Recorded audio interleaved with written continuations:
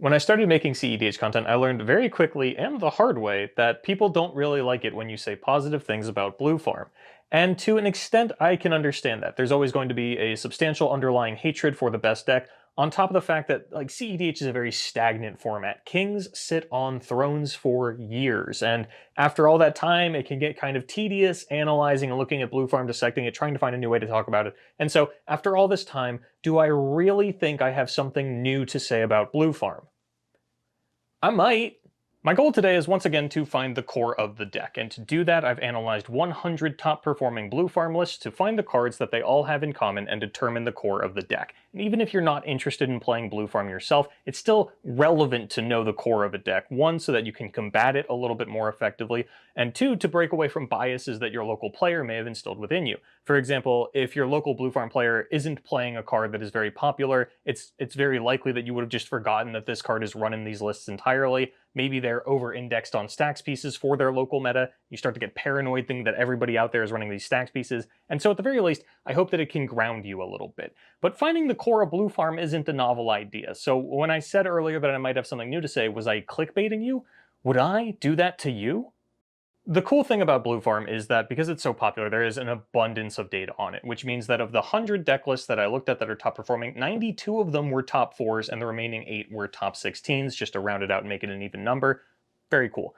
However, it also meant that I had no trouble finding 100 Blue Farm lists that got 0 wins in the tournament match, and so what I want to do is take a look at the 100 successful Blue Farm decks, find their core, and compare that to the core of 100 unsuccessful Blue Farm decks to see if there is something going wrong for these players in the deck building process, or if that's something that we can knock out of their arsenal of excuses. This is the part where I explain where I got my data from. So we're looking at Blue Farm lists, that's Crom and Timna, from the last 6 months, which is just sort of my arbitrary cutoff point of recency. This was right after the release of Lost Caverns of Ixalan in tournaments with 32 or more players, as CEDH is a smaller scene, and so looking at tournaments with just 64 or more players doesn't really get me the data that I'm looking for. So in order to copy down 100 lists, I go in, I go to download, I go to copy for MTGO, and then I go over here, paste it into a spreadsheet, go ahead and eliminate all of the ones in this sheet so that I am left with just a nice list of cards. Do that 99 more times.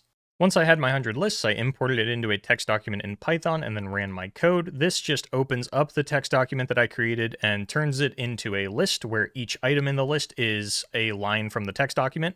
This opens up a blank dictionary, transfers that list into the dictionary where each card name is a key and the amount of times that the card appears is the value. This sorts the dictionary in descending order by value so that the most played cards are on top, and then this takes all of that and spits it into a new text document where each key is a different line, and that looks like this, so that we have the most played cards on top, and I can then take this and paste it back into a Google Sheet where I ran a little bit more manual analysis and made this very pretty chart in order to record my findings. Here I broke down the total Blue Farm card pool by card type and made column for each card, played by 90 or more players, 75 or more, and 50 or more. As always, data is open to interpretation and what you deem an acceptable sample size, and so far I've been pretty happy labeling the cards agreed upon by 75 or more players as the core of the deck. 50 feels more like standard list territory for the core cards, but even with 50 only being 2 cards shy of a full deck, no one's out here defending the ratios that it represents. And for a little visual aid, I put the 84 card list in Moxfield so that we can take a look at it and go over it together.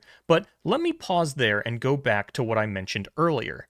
Back on EDHtop16.com, let me hop back into those Blue Farm parameters, only this time I'm going to sort by wins in descending order in order to find my 100 winless Blue Farm lists. I had to be more intentional with my parameters for this one, and so I decided to only look at players who had reported at least 4 rounds. This was to avoid grabbing lists from people who went 0-0-0, in which case they likely entered the tournament but didn't show up. I also didn't want to grab players who might have gone 0-1 and then left the event early, only to be put into the next round by the TO before being dropped, giving them an artificially inflated scoreline, and other such edge cases. I want decks from people who tried and just couldn't do it that day.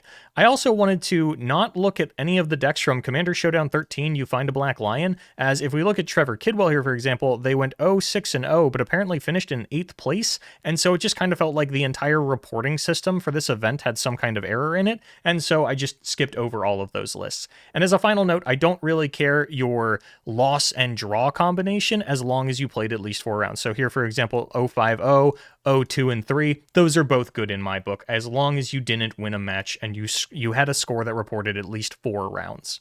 I copied all of that down, ran it through the code, put it into a spreadsheet, made another little chart. Let's look at that chart next to top blue farms chart. The losing blue farm lists had a higher card pool, which is unsurprising, but let's zoom in a little. Top farms 90+% agreed on 2 instants absent from the 0 win farm, which played an additional creature and land. The creature was Opposition Agent, played by 97 0 win farm and 89 top farm, and Hallowed Fountain, played by 92 0 win farm and 86 top farm. The instants were Red Elemental Blast, which had a pretty big disparity, being in only 72 0 win farm to 90 of the top farm, and Ad Nauseam, which appeared in 84 of the 0 win farm lists and 91 of top farm. So at the very least, right off the bat, we know that 0 win farm wasn't doing poorly because they all tried to cut Ad Nauseam. Now let's hop back into Moxfield to show the core from each group side by side.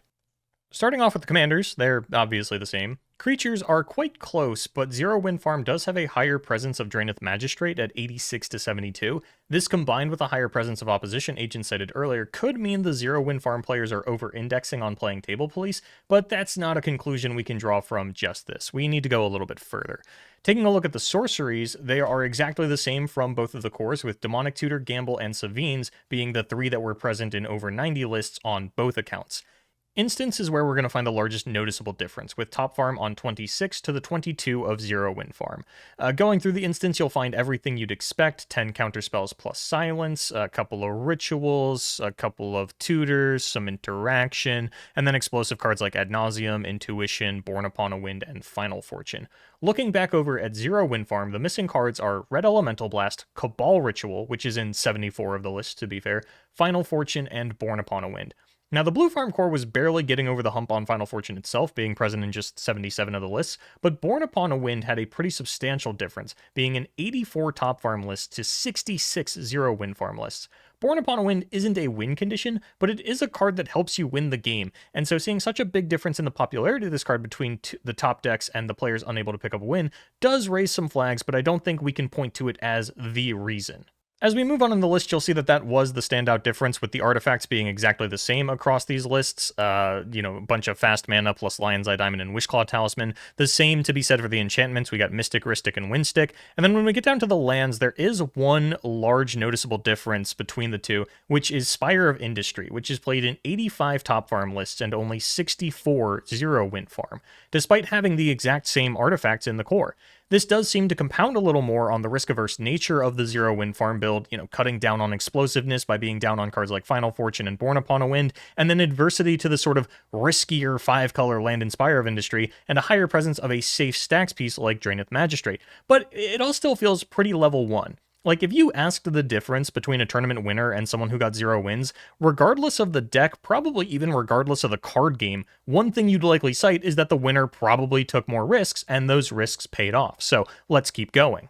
With these Moxfield lists, I like to use the sideboard to add in the cards from the 50 or more camp, but not quite in the 75. So in top farm, we can see a couple of lands to round you out to the healthy 27, the most popular flex counterspells for the deck, and an offer you can't refuse in Pyroblast, a couple of clones in Fimage and Metamorph, as people seem to be a little divided on how necessary clones are. Toxic Deluge is the most popular board wipe option, but because it's still fighting with things like Fire Covenant, it's not breaking into the top 75. And then some options like One Ring and Smothering Tithe, either a lot of card draw or a lot of mana advantage, that aren't quite as popular because of how much damage they're going to deal to you off of Ad Nauseam. Anyway, if you add these 12 cards to the 84 card above, then you have 96 cards agreed upon by over half of the successful blue farm list, and if you want the last 2 cards to make it a full deck, you're looking for Cavern of Souls and Talisman of Dominance. Now let's check back in with 0 win farm. You can see that there are more cards in the 50 to 74% range of players for this camp. The 4 instants that are different between this and top farm are all here, they're just less popular. All the lesser played cards from top farm are here as well, except for Snap and Smothering Tithe. Smothering Tithe was played in 67 top farm lists to the 45 of 0 win, and Snap was in 53 top farm to 39 for 0 win. Snap, I would put in the camp of another explosive card absent from these lists as your sort of bread and butter, using it for bouncing and replaying your dockside. But in the end, looking at these lists side by side, I don't really think cutting a few explosive cards out of the core is conclusive evidence that it's a deck building issue, especially when we get down to what half the players are doing, and those cards magically appear again. I'm not saying it's a skill issue, though it certainly can't be ruled out, as there are a lot of reasons a person could get 0 wins in a tournament, but I am saying that I think we can rule out that it is a widespread deck building issue at the core. You know, I was planning out what to write here, and I realized that what I was doing was creating like a weird motivational buzzword mood board for blue farm players, and realized that we should probably just leave this blank. I should also probably stop pretending I'm not reading from a script because this is a very long paragraph and I'm having trouble memorizing it. So let's recap. Copy the more explosive core from the top farm lists. While the higher presence of Draenith Magistrate and Opposition Agent in 0 win farm is not conclusive of over-indexing on table policing, that, combined with the lower presence of explosive cards, would compel me to take a look at my blue farm's flex list slot were I someone that was struggling to pick up wins with it. Trying to find your window to win the game is a skill you develop by trying, and taking the ability to try out of your deck doesn't help you. You can argue it's a playstyle thing, in which case this might not be the best deck to mash with you. Which is fine. That's fine. If you're playing a less explosive build of Blue Farm and doing fine, good on you. I'm not talking to you. I'm talking to the people that are being hampered by their less explosive build. I've said before that I think Farm is a great starter deck for CEDH players because it introduces a lot of core concepts of the format, playing ad nauseum, the flexibility of Underworld Breach and Mnemonic Betrayal lines, not relying on your commanders as win conditions or relying on them being in play for your deck to actually function, but it is very much a thrown into the deep end kind of learning, which is not for everybody. It can be very overwhelming, and if you find yourself overwhelmed by trying to learn Blue Farm, I would recommend picking up a different deck rather than toning Blue Farm down to a level you're comfortable on, because when you're comfortable, you're not learning as much, but challenge yourself incrementally at a pace that works for you. Anyway, I hope you enjoyed taking a peek under the hood of Blue Farm, and that maybe understanding the core will help you.